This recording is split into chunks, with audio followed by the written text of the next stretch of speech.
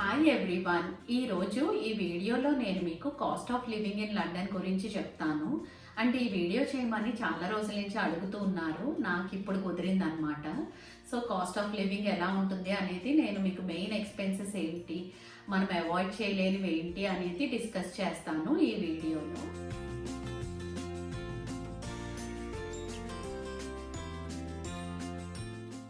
ఇక్కడ మనకి main expense ఏంటంటే రెంట్ ఆర్ మార్ట్గేజ్ పేమెంట్ అన్నమాట.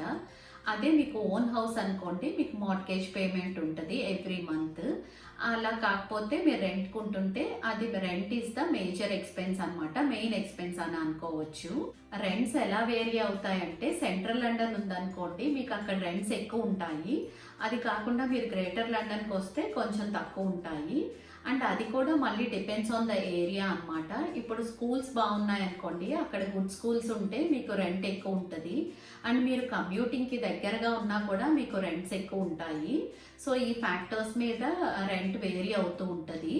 అండ్ అది కాకుండా సింగిల్ బెడ్రూమ్ రెంట్ ఎలా ఉంటుందంటే, అప్రాక్సిమేట్లీ చెప్తూ ఉన్నాను నేను మీకు, అరౌండ్ 900 to 1200 pounds ఉంటుంది. అండ్ అదే డబల్ బెడ్రూమ్ అనుకోండి 1200 to 1600 1700 pounds ఉంటుంది. అది కాకుండా మీకు సెమీ డిటాచ్డ్ హౌసెస్ అయితే ఫ్రమ్ 1600 నుంచి స్టార్ట్ అవుతూ ఉంటాయి. So again it depends on the area and size of the house అనమాట. ఆ ఫ్యాక్టర్స్ మీద మీకు రెంట్ డిపెండ్ అయి ఉంటుంది. అదే బ్యాచిలర్స్ అనుకోండి, షేర్డ్ అకామిడేషన్ లో ఉంటూ ఉంటారు. అదైతే అప్రాక్సిమేట్లీ 400 to 500 pounds పడుతుంది షేర్డ్ అకామిడేషన్ అయితే.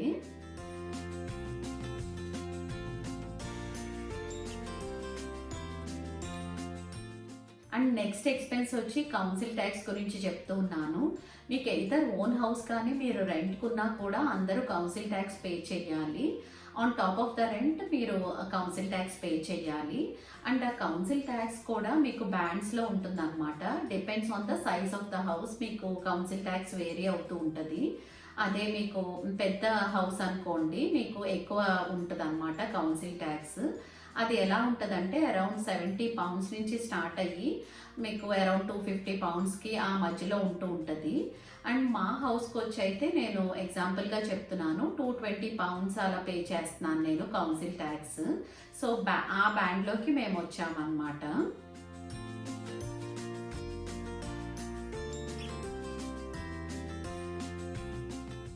అండ్ ఇప్పుడు వచ్చి వాటర్ బిల్ గురించి చెప్తూ ఉన్నాను. అండ్ వాటర్ బిల్కి అయితే మనకి మీటర్స్ ఉంటాయి. సో ఆ మీటర్ రీడింగ్ని బట్టే మనం వాటర్ బిల్ పే చేస్తాము. మన యూసేజ్ని బట్టి మనకి బిల్ వస్తుంది అనమాట. ఎక్కువ మంది ఉంటే మనం ఎక్కువ యూజ్ చేస్తూ ఉంటే వాటర్ బిల్ ఎక్కువ వస్తుంది. అది కూడా వేరీ అవుతూ ఉంటుంది. ఫర్ ఎగ్జాంపుల్ మంత్కి 30 pounds నుంచి 70 pounds 100 pounds వరకు మీకు వేరీ అవుతూ ఉంటుంది, యూసేజ్ని బట్టి వస్తుంది. సో స్టార్టింగ్ అరౌండ్ 30 pounds నుంచి స్టార్ట్ అవుతుంది అని అనుకోవచ్చు.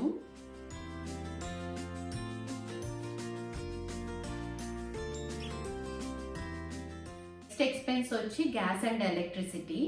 అండ్ మీకు ఫ్లాట్స్లో ఎక్కువగా ఎలక్ట్రిసిటీయే ఉంటుంది, ఎలక్ట్రిసిటీ బిల్లే వస్తుంది అనమాట. హీటింగ్, కుకింగ్, హాట్ వాటర్ అంతా కూడా మీకు ఎలక్ట్రిసిటీ మీదే రన్ అవుతుంది ఫ్లాట్స్లో అయితే. సో వాళ్ళకి ఎలక్ట్రిసిటీ బిల్ వస్తుంది. అదే మీకు హౌసెస్ అనుకోండి, both gas and electricity bill pay చేయాలి మనము.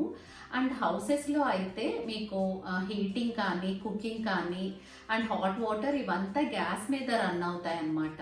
అందుకని హౌసెస్లో అయితే మీకు గ్యాస్ బిల్ ఎక్కువ వస్తుంది, ఎలక్ట్రిసిటీ బిల్ కొంచెం తక్కువ వస్తుంది. ఎలక్ట్రిసిటీ ఓన్లీ మీకు బల్బ్స్ ఇవే కదా రన్ అవుతాయి. సో అందుకని మేజర్గా అయితే మీకు గ్యాసే యూజ్ చేస్తాం కదా హీటింగ్కి ఇదంతా, అందుకని గ్యాస్ బిల్ ఎక్కువ వస్తుంది అనమాట హౌసెస్లో అయితే.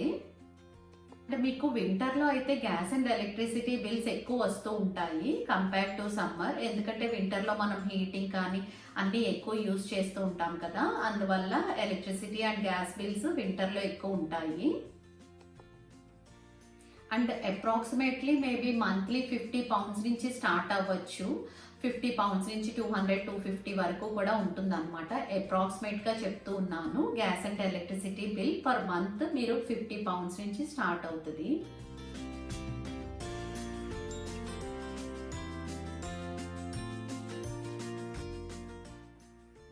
అండ్ అండ్ ఇంకోటి వచ్చి టీవీ లైసెన్స్ అన్నమాట. మన ఇంట్లో టీవీ ఉందనుకోండి, మనం దానికి టీవీ లైసెన్స్ అని పే చేయాలి. అది వచ్చి అప్రాక్సిమేట్లీ 3 monthsకి అరౌండ్ £40 అలా ఉంటుంది. సో టీవీ ఉంటే మనం పే చేయాల్సిన టీవీ లైసెన్స్ ఫీజు ఇది.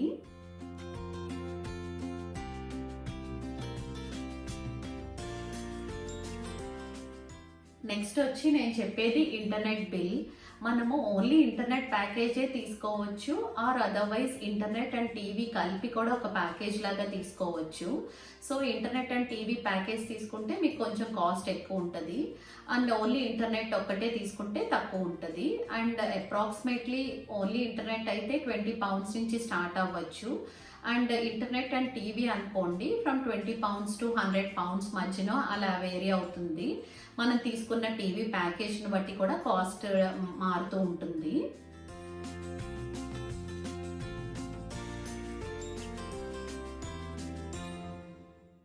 నెక్స్ట్ చెప్పేది వచ్చి మొబైల్ బిల్ గురించి.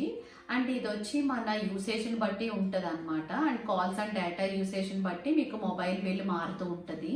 అవి ప్యాకేజెస్ ఉంటాయి. సో మన యూసేజ్ని బట్టి మన ప్యాకేజ్ సెలెక్ట్ చేసుకోవచ్చు. అవైతే అరౌండ్ £6 నుంచి కూడా స్టార్ట్ అవుతాయి. £6 నుంచి మీకు £50 వరకు కూడా ఉంటాయి. సో మనకి ఏది సూట్ అవుతుందో ఆ ప్యాకేజ్ మనం తీసుకోవచ్చు.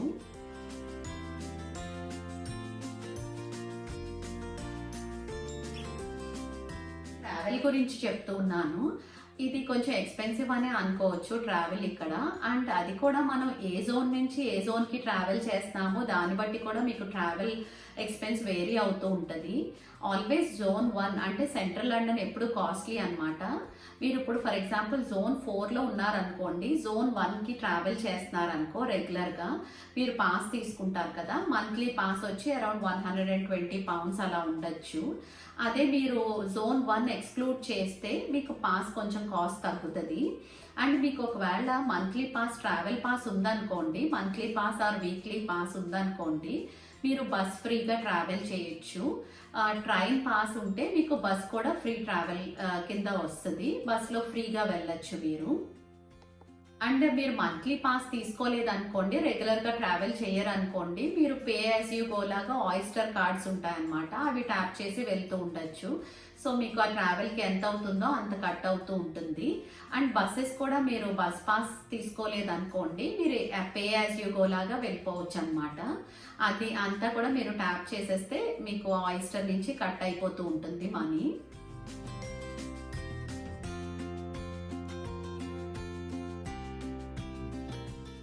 ఇప్పుడు వచ్చి నేను ఫుడ్ అండ్ అదర్ ఎక్స్పెన్సెస్ గురించి చెప్తాను.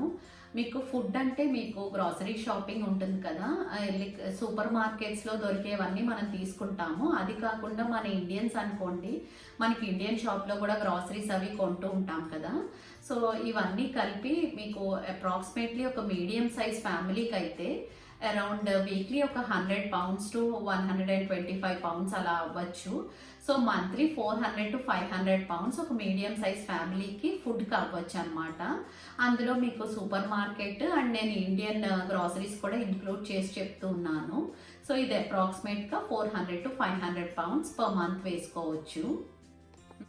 అండ్ అదర్ ఎక్స్పెన్సెస్ అయితే నేను మీకు అప్రాక్సిమేట్గా ఏం చెప్పట్లేదు, ఎందుకంటే అది మన చేతిలోనే ఉంటుంది కదా. లైక్ షాపింగ్ అవనివ్వండి, ఎంటర్టైన్మెంట్ లైక్ మూవీస్ అండ్ మీరు రెస్టారెంట్స్కి వెళ్ళే బిల్స్, ఇవన్నీ ఇంకా మన చేతిలో మనం స్పెండ్ చేసిన దాన్ని బట్టే ఉంటుంది కదా. దానికి అప్రాక్సిమేట్గా నేను ఏం చెప్పట్లేదు, ఇంకా మనం ఎంత స్పెండ్ చేస్తే అవి అన్నీ మీకు అదర్ ఎక్స్పెన్సెస్లో అవుతాయి.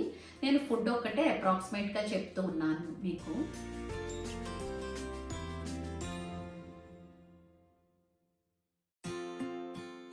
అండ్ నెక్స్ట్ వచ్చి హోమ్ ఇన్సూరెన్స్ గురించి చెప్తూ ఉన్నాను. ఇప్పుడు ఓన్ హౌస్ అనుకోండి, ఇక్కడ హోమ్ ఇన్సూరెన్స్ కంపల్సరీగా తీసుకుంటారు అందరూ. అండ్ అదే మనం రెంట్కుంటూ ఉన్నాం అనుకో, ఆ ల్యాండ్ లార్డ్ ఆల్రెడీ తీసుకుంటారనమాట హోమ్ ఇన్సూరెన్స్. సో మనకి హోమ్ ఇన్సూరెన్స్ పడదు రెంట్కు ఉన్న వాళ్ళకి. బట్ కాంటెంట్స్ ఇన్సూరెన్స్ సిస్టమ్ అయితే రెంట్కున్న వాళ్ళు తీసుకుంటూ ఉంటారు, but it's not compulsory. But own house ఉంటే మాత్రం హోమ్ ఇన్సూరెన్స్ ఇస్ కంపల్సరీ ఇక్కడ.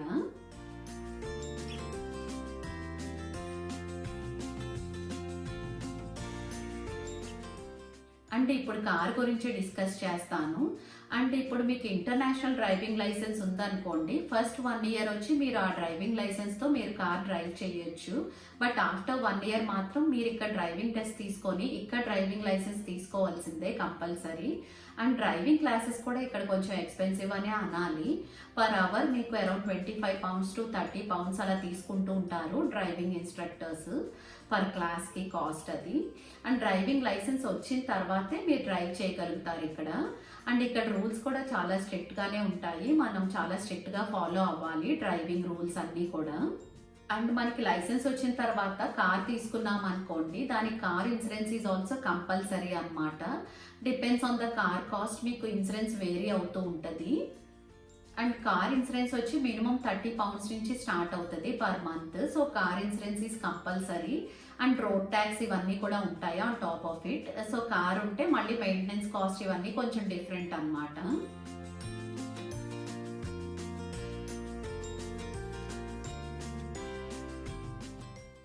అండ్ ఇప్పుడు కిడ్స్ గురించి డిస్కస్ చేద్దాము. మీకు కిడ్స్ ఉన్నారనుకోండి, మీకు అబౌవ్ 3 years అయితే ఇక్కడ ఎడ్యుకేషన్ ఫ్రీ వస్తుంది.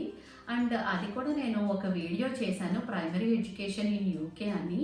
మీకు ఒకవేళ ఎడ్యుకేషన్ గురించి మోర్ డీటెయిల్స్ కావాలంటే ది డిస్క్రిప్షన్లో ఇస్తాను, మీరు చెక్ చేయండి. అబౌవ్ 3 years నుంచి ఇక్కడ ఎడ్యుకేషన్ ఫ్రీ వస్తుంది. సో మనం గవర్నమెంట్ స్కూల్స్కి పంపించుకోవచ్చు. అండ్ ప్రైవేట్ స్కూల్స్ కూడా ఉంటాయి. ఇన్ కేస్ మీకు గవర్నమెంట్ స్కూల్ పంపించద్దు అనుకుంటే మీరు ప్రైవేట్కి పంపించవచ్చు. అండ్ అది మీకు డిపెండ్స్ ఆన్ ద స్కూల్ మీకు కాస్ట్ ఉంటూ ఉంటుంది అనమాట. సో అది వచ్చి అరౌండ్ మీకు 8,000 to 10,000 pounds పర్ ఇయర్ అవుతూ ఉంటుంది కాస్ట్. ప్రైమరీ ఎడ్యుకేషన్కి చెప్తున్నాను. అది మీరు డీటెయిల్డ్గా కావాలంటే డిస్క్రిప్షన్ చెక్ చేయండి. ఇప్పుడు కిడ్స్ క్లాసెస్ గురించి చెప్తాను. మీకు కిడ్స్ ఉన్నారనుకోండి, మీకు అదర్ యాక్టివిటీస్కి పంపిస్తూ ఉంటారు కదా, ఫర్ ఎగ్జాంపుల్ స్విమ్మింగ్ అని, ఫుట్బాల్ అని, మ్యూజిక్ లెసన్స్ ఇలా పంపిస్తూ ఉంటారు కదా. సో ఆ కాస్ట్ అంతా కూడా మనం పెట్టుకోవాలన్నమాట. అది వచ్చి పర్ క్లాస్ మీకు అరౌండ్ 6 pounds నుంచి 10 pounds మధ్యలో వేరీ అవుతూ ఉంటుంది. అండ్ ఇవన్నీ గ్రూప్ క్లాసెస్ కాస్ట్ చెప్తున్నాను. అదే మీకు 1 to 1 అనుకోండి, ఇంకా ఎక్కువ కాస్ట్ ఉంటుంది. ఫర్ ఎగ్జాంపుల్ స్విమ్మింగ్ మీకు 1 to 1 చెప్పారనుకో, ఒక ½ an hourకి వచ్చి 25 pounds అలా ఉంటూ ఉంటుంది. అదే గ్రూప్ క్లాస్ అనుకోండి, మీకు అరౌండ్ 6 to 10 pounds మధ్యలో ఉంటూ ఉంటుంది. ఇప్పుడు నేను హెల్త్ సర్వీసెస్ గురించి చెప్తాను. ఇక్కడ హాస్పిటల్స్ అన్నీ ఫ్రీ వస్తాయి అన్నమాట, ఫ్రీ ట్రీట్మెంట్ వస్తుంది. మనకి దగ్గరగా ఉన్న జీపీలో రిజిస్టర్ చేసుకోవాలి. సో వన్స్ మనం రిజిస్టర్ అయితే ఇంకా మనకి ఫ్రీ ఎన్హెచ్ఎస్ ట్రీట్మెంట్ ఉంటుంది అన్నమాట. అండ్ మీకు ఏదైనా ప్రాబ్లం వచ్చిందనుకోండి, జనరల్గా జీపీకి వెళ్ళి కన్సల్ట్ చేస్తాము. సో వాళ్ళు మనకి ప్రిస్క్రిప్షన్ ఇస్తారు ఏదైనా ప్రాబ్లం ఉంటే.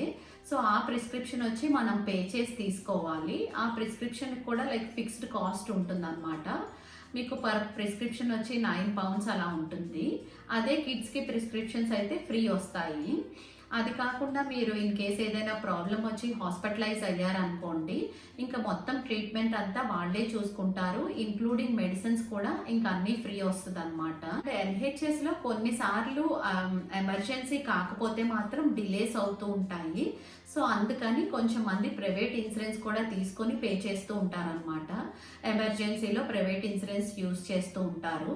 బట్ నన్ను అడిగితే ఎన్హెచ్ఎస్ అయితే చాలా బాగానే ఉంటుంది. So private insurance is not needed much అనమాట. అండ్ ఈవెన్ స్కూల్స్ వైజ్ కూడా మీ గవర్నమెంట్ స్కూల్స్ చాలా బాగుంటాయి. సో మీరు కిడ్స్ని ప్రైవేట్ స్కూల్కి కూడా పంపించే అవసరం లేదు. అంటే నా ఒపీనియన్ జనరల్గా చెప్తూ ఉన్నాను.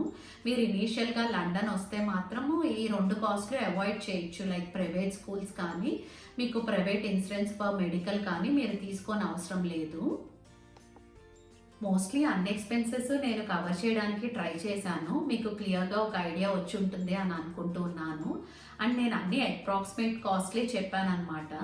సో అప్రాక్సిమేట్గా ఇలా ఉండొచ్చు అని మీకు ఒక రఫ్ ఐడియా కోసం నేను వీలైనంతగా మీకు కాస్ట్ కూడా చెప్పడానికి ట్రై చేశాను. Thank you for watching.